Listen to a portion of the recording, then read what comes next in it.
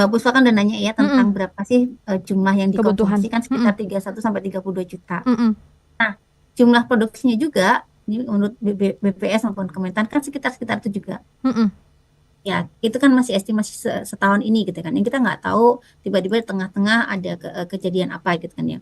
Dan penetapan impor ini ditetapkan oleh banyak pihak ya, bukan hanya oleh Bulog dan Mm-mm. bagaimana mereka udah berhitung.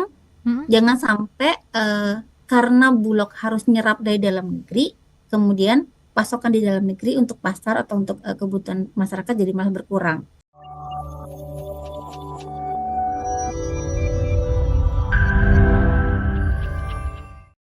Tadi kalau misalnya jagung ke peternak, nah kalau beras kan pasti ke petani. Ini seperti apa, Ibu Epi, petani lokal kita sejauh ini dengan Bulog, ibaratnya jalinan relasinya seperti apa, Ibu Epi? Iya, jadi karena kita diminta untuk menjaga stok, mau nggak Mm-mm. mau kita harus beli ya. Mm-mm. Belinya dari dalam negeri maupun dari ditugaskan untuk importasi. Nah, dari dalam negeri kita bisa langsung beli ke petani melalui Gapoktan ya. Biasanya kita belinya melalui Gapoktan ya. Mm-mm.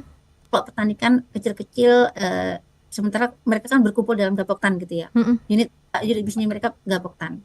Ya, Jadi kita bertemu dengan Gapoktan untuk transaksi pembelian gabah beras. ya. Kemudian kita juga bisa ketemu dengan penggilingan-penggilingan padi untuk bisa membeli baik gabah maupun beras. Mm-mm. Jadi tetap stok kita diutamakan dari dalam negeri dulu. Nanti kalau misalnya memang tidak mencukupi atau karena pasar lebih membutuhkan, kita akan Mm-mm. serahkan ke pasar dulu. Maka Ya, kita diizinkan ataupun ditugaskan untuk melakukan importasi.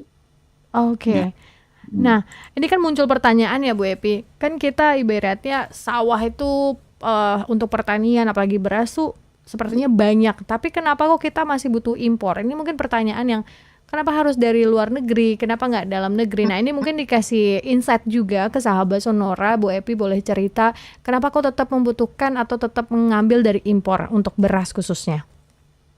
oke.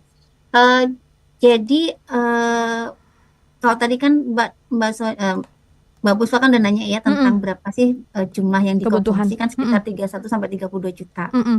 Nah, jumlah produksinya juga ini menurut BPS maupun Kementan kan sekitar itu juga. Mm-mm.